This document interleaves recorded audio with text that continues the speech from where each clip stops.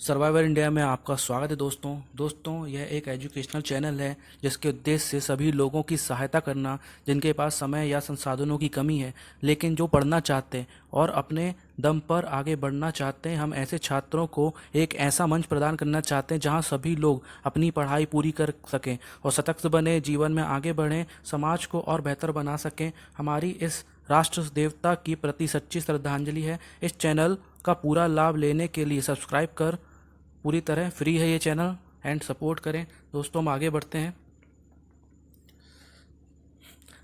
दोस्तों आज हम प्रस्तावना पढ़ने वाले हैं। प्रस्तावना के पहले मैं आपको ये बताना चाहता हूँ कि बाकी यूट्यूब चैनल से और बाकी सोर्स से ये प्रस्तावना पढ़ना ज़रूरी इसलिए है क्योंकि ये यूपीएससी, एमपीपीएससी, एनटीपीसी ग्रुप, जितने भी ग्रुप ए ऑफिसर लेवल के हैं, ऐसे ग्रुप डी तक पढ़ेंगे। मेरा 100% दोस्तों को इससे बाहर नहीं आएगा क्योंकि मैंने सिर्फ प्रस्तावना ही नहीं पढ़ाई है डिटेल में। इसमें मैंने आपको करीब 12 केस जो प्रस्तावना को प्रभावित करें कहीं ना कहीं उनके बारे में पढ़ाया। ये केस कौन कौन से आप सुन लीजिएगा और इनके सन याद कर लीजिएगा।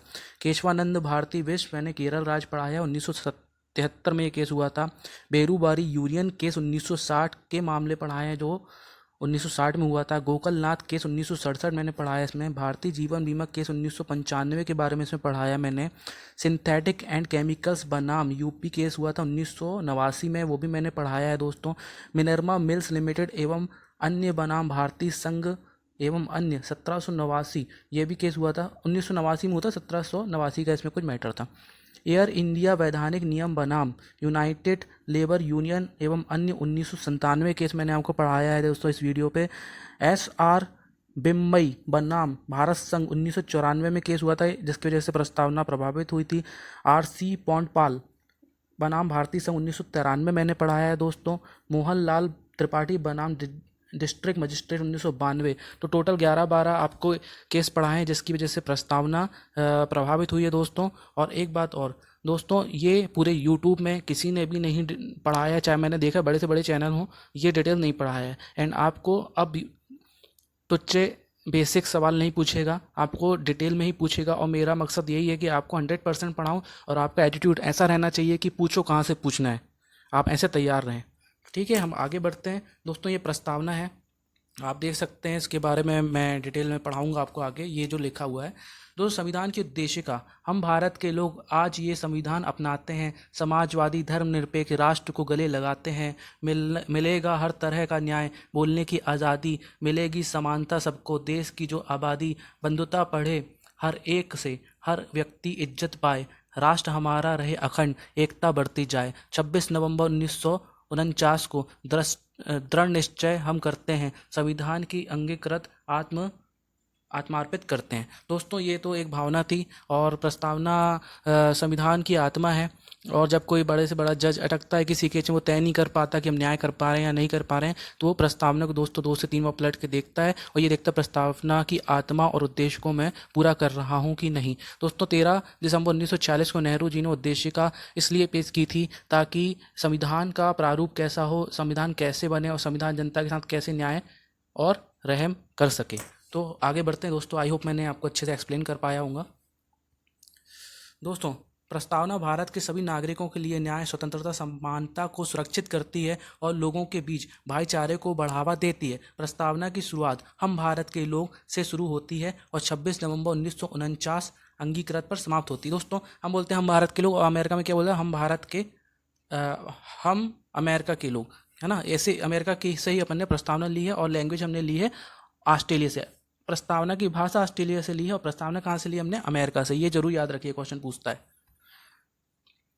प्रस्तावना इसे संविधान की आत्मा कहा जाता है, मैं बता चुका हूँ। लेकिन संविधान की आत्मा किसने कहा था प्रस्तावना को? ठाकुर दास भार्गव जी ने। ठाकुर दास भार्गव जी ने संविधान को प्रस्तावना को संविधान की आत्मा कहा था। जवाहरलाल नेहरू ने भारत की संविधान सभा में 13 दिसंबर 1940 में संकल्प लक्ष्य रखा था दोस्तों, जिसमें उन्होंने बताया था कि संविधान कैसा बने। भारतीय संविधान की प्रस्तावना का विचार अमेरिका के संविधान से लिया गया, वहीं प्रस्तावना की भाषा को ऑस्ट्रेलिया के संविधान से हमने लिया गया दोस्तों। प्रस्तावना में संविधान के स्रोत हम भारत के लोग भारत के लिए भारत के द्वारा दिया गया संविधान को और जनशक्ति को संदर्भित करते हैं। मतलब दोस्तों, हमारा संविधान हमारे द्वारा बनाया गया था, मतलब हमारे द्वारा हमारे लिए ये संविधान बनाया गया था और इस पे किसी का भी बाहरी शक्ति का हस्तक्षेप नहीं था, हम संप्रभु थे। उद्देशिका दोस्तों, इसका उद्देश्य क्या था? उद्देशिका यह बताती है कि संविधान जनता के लिए, जनता ही अंतिम संप्रभु है। ठीक है, उद्देशिका लोगों के लक्ष्यों आकांक्षाओं को प्रकट करती है दोस्तों। इसका प्रयोग किसी अनुच्छेद में विद्यमान अस्पष्टता को दूर करने में हो सकता है। जैसे मैंने बताया कि कोई जज या कोई वकील अटकता है किसी चीज़ में, तो इसको पढ़ेगा तो उसको समझ में जाएगा एक्चुअल मकसद क्या है किसी अनुच्छेद का। यह जाना जा सकता है कि संविधान किस तारीख को बना पारित हुआ, उसकी भी व्याख्या रहती है दोस्तों। प्रस्तावना का स्वरूप संपूर्ण प्रभुत्व संपन्न, संपन्न मतलब संपूर्ण प्रभुत्व संपन्न मतलब हमने ही संविधान को बनाया था बिना किसी के बाहर या आंतरिक हस्तक्षेप के, बिना किसी की बाहरी या आंतरिक शक्ति का हस्तक्षेप के संविधान हमने खुद ही बनाया था। ठीक है, आंतरिक और बाहरी रूप से निर्णय लेने के लिए स्वतंत्र हैं हम। यह है संप्रभु।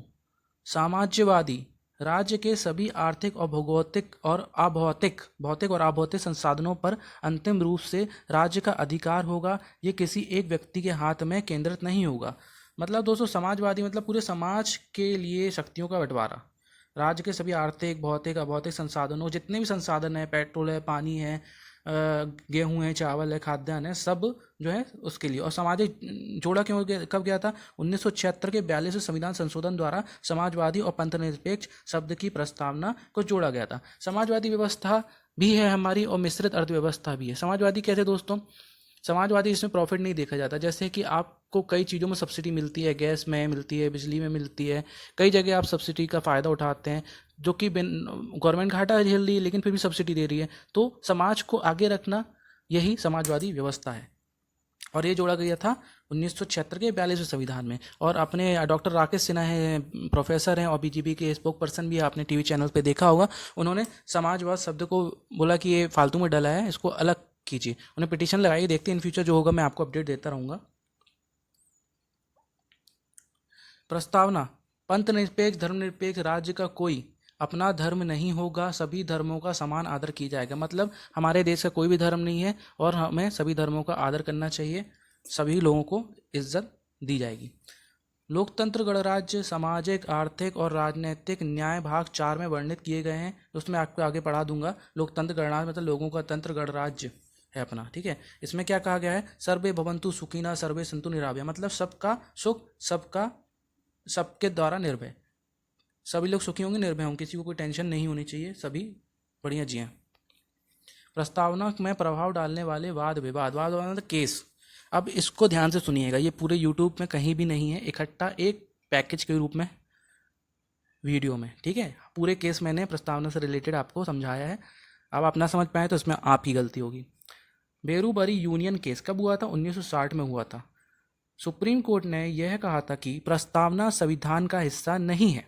समझिएगा, सुप्रीम कोर्ट ने कहा था प्रस्तावना जो है अलग है संविधान से, बल्कि इसे संविधान के प्रावधानों के लिए मार्गदर्शन सिद्धांत माना जाएगा। एक तरीके से प्रस्तावना की वैल्यू कम कर दी थी इन्होंने। अब देखिए क्या हुआ।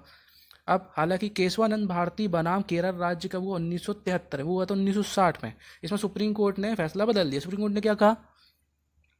अपने पिछले फैसले बेरूबरी को बदल दिया है और यह कहा गया कि प्रस्तावना संविधान का हिस्सा है।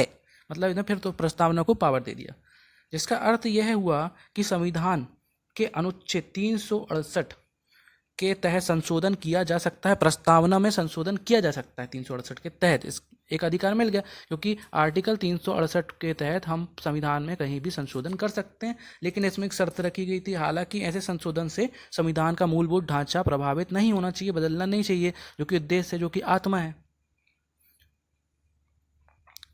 ठीक है, अब आते हैं हम गोकलनाथ बलाम पंजाब राज्य। ये केस कब हुआ? 1967 में। मामले के तत्कालीन मुख्य न्यायाधीश कौन थे? सुब्बा राव। गोकुलनाथ बनाम पंजाब राज्य के जज थे सुब्बा राव। एक अधिनियम, इन्होंने कहा था एक अधिनियम की प्रस्तावना उसके उन मुख्य उद्देश्य को निर्धारित करती है जिसे प्राप्त करने का इरादा कानून रखता है। इन्होंने सही कहा था भाई, प्रस्तावना के उद्देश्य को प्राप्त करने की कोशिश ही तो पूरे संविधान के द्वारा की जाती है, जिसके तहत कोर्ट में केस चलते हैं और उसको पाने की कोशिश की जाती है। दोस्तों मैंने एक चीज़ बताना भूले, केशवनाथ बनाम जो भारतीय संघ था दोस्तों, ये वाला केशवनाथ बनाम केरल राज्य जो केस हुआ था उसमें 13 बेंचें बैठी थी और ये सबसे बड़ी केस था एक तरीके से, याद रखिएगा, पूछ लेता, 13 बेंचें थी इसमें।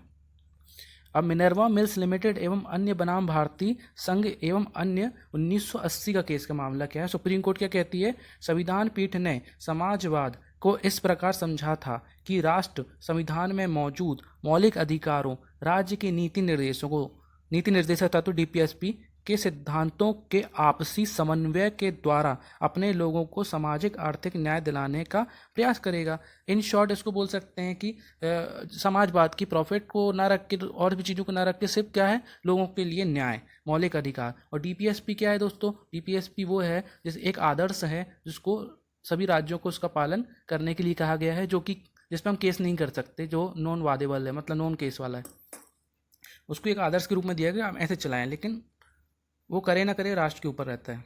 ठीक है।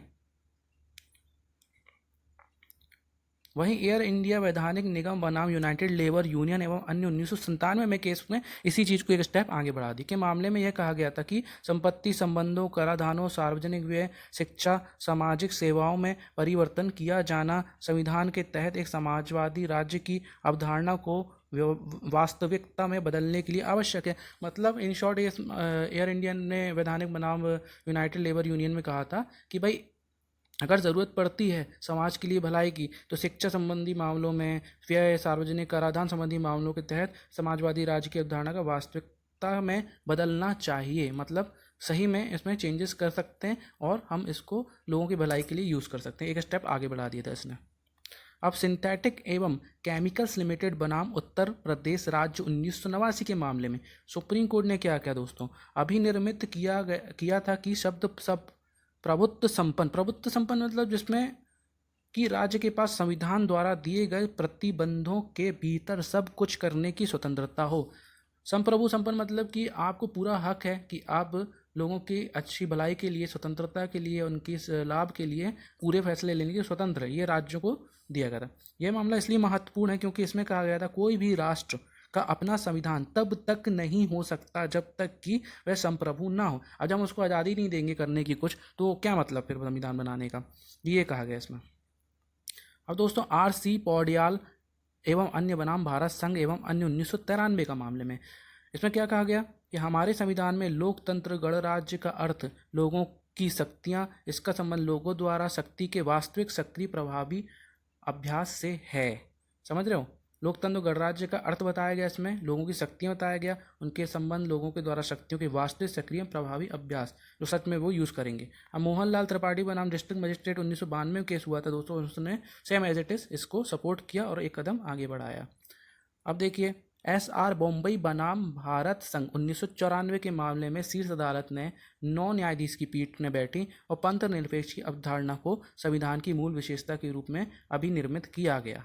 दोस्तों आप ये देख रहे हो पंथ निरपेक्ष यहाँ से आया, मतलब यहाँ प्रभावित हुआ।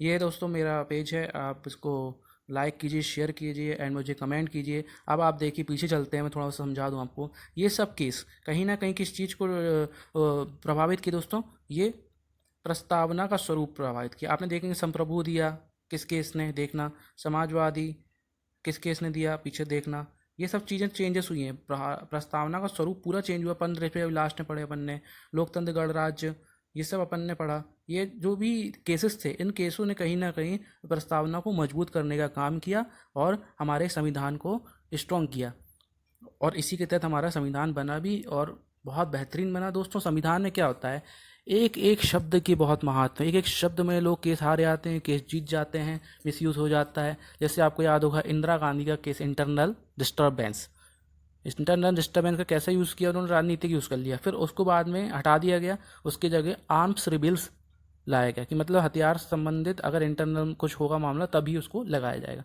तो एक एक शब्द का बहुत महत्वपूर्ण संविधान में, आप एक एक इसको क्लियर पढ़िए और मुझे कमेंट कीजिए कि भाई क्या सुधार करना है और क्या पढ़ाऊँ आगे। और आपको, और मैं सोच रहा हूँ कि आपको कुछ करंट अफेयर्स के जो करंट इशू इंपॉर्टेंट हैं उसकी डिटेल्स में पढ़ाऊँ मैं आपको। एंड सब्सक्राइब कीजिए, लाइक कीजिए, भाई को अपना सपोर्ट कीजिए। जय हिंद, जय भारत। एंड मैं चाहता हूँ सबका कैरियर सेट हो, सब बिल्कुल उड़ान भरें अच्छी। धन्यवाद।